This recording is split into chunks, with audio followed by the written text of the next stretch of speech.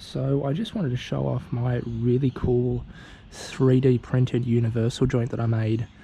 It's scaled up from 100 to 900, so this thing was super tiny, and now it's fairly, I guess, big in a sense.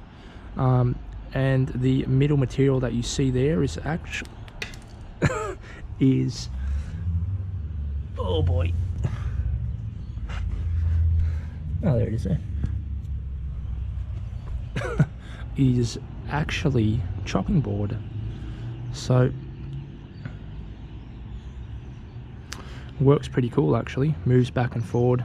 The only thing that I want to do is I want to modify this design and print it with, say, I don't know, 65, something extremely high infill, and I want to make these tiny little insert pieces on the end a lot beefier and a lot longer. So that's a cool little universal joint that I printed.